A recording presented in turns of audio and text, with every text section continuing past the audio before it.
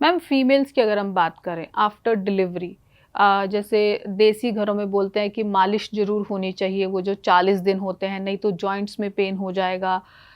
क्या इसका रिलेशन है? पहली बात तो ये, और दूसरी बात कि मेनोपॉज़ के बाद या पोस्टपार्टम के बाद जब ये सब चीज़ें क्यों होती हैं? चाहे बैक पेन ले लो, कहीं न कहीं फीमेल्स में हम देखते हैं कि अगर एक ही एज के मेल और फीमेल हैं, फीमेल को ज़्यादा पेन हो रहा होगा, बैक पेन ले लो, जॉइंट्स पेन ले लो कहीं न कहीं। तो इसका कारण क्या है और इसमें क्या किया जा सकता है? डिलीवरी के बाद और मेनोपॉज के बाद देखा जाता है कि वुमेन्स के अंदर बैक पेन की शिकायत बहुत ज़्यादा हो जाती है।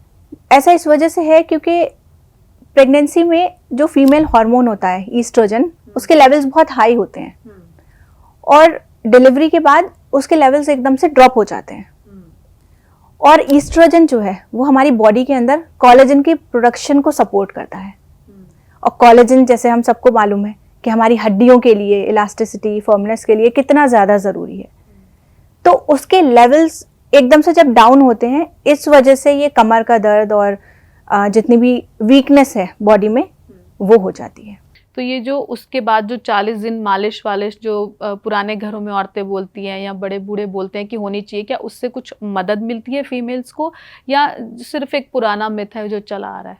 मैं कहूँगी कि आप अपना खाना पीना ज़्यादा अच्छा रखें, मालिश उस पर ज़्यादा ध्यान, क्योंकि अंदर से हम स्ट्रांग होंगे, ऊपर से हम कुछ भी लगाएं तो वैसी ताकत नहीं आ सकती जैसे हमें खाने से आएगी।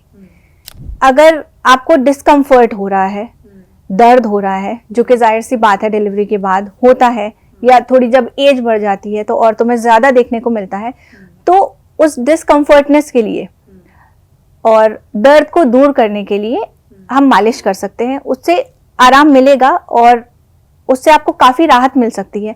लेकिन अगर आप मजबूती की बात कर रहे हैं कि आपको मजबूती चाहिए और अंदर से ताकत चाहिए, आपके जॉइंट्स मजबूत हों, तो उसके लिए आपको अपनी डाइट अच्छी करनी पड़ेगी।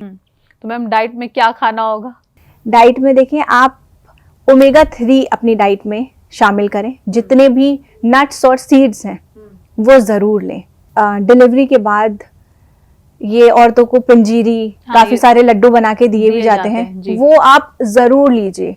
दूध ज़रूर पीजिए और हरी सब्जियां आप ज़रूर खाएं और ज़्यादा खाएं।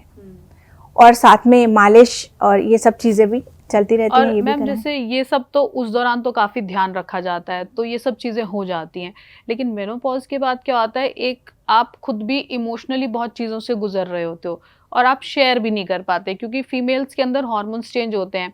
और नॉर्मली एक मिथ बन गया कि औरतों को तो कोई समझ नहीं पाता, लेकिन एक्चुअली प्रॉब्लम ये होती है कि हम इमोशनली ड्रेन्ड हो रहे होते हैं अंदर अंदर, हमें समझ नहीं आ रहा होता हमारी बॉडी के साथ हो क्या रहा है। तो उस चीज़ से कैसे, मतलब उसमें भी क्या कुछ डाइट ले सकते हैं जो मेनोपॉज में हमारी कुछ हेल्प करे, जो चेंजेस बॉडी में आ रहे हैं वो धीरे धीरे जो हैं वो उसे हम एक्सेप्ट कर सकें, हमारी बॉडी एक्सेप्ट करे? कोई इस तरह की डाइट है? क्योंकि जो चेंजेस है वो स्किन पे भी दिखने शुरू हो जाते हैं अचानक। बिल्कुल बिल्कुल। तो इसके लिए हमको पहले से तैयारी करनी चाहिए। मैं अपने सब पेशेंट्स को बोलती हूँ कि आप पहले से अपना ख्याल रखना शुरू करें, क्योंकि 30 के बाद एकदम से जो लड़की है उसकी हेल्थ में ड्रॉबैक आता है, एकदम से उसकी हेल्थ नीचे जानी शुरू हो जाती है और 40 के बाद और ज़्यादा। अब ये जब हमें मालूम ही है कि ऐसा हमारे साथ होना ही है, तो क्यों ना हम उसकी पहले से अच्छे से तैयारी कर लें ताकि ऐसा ना हो।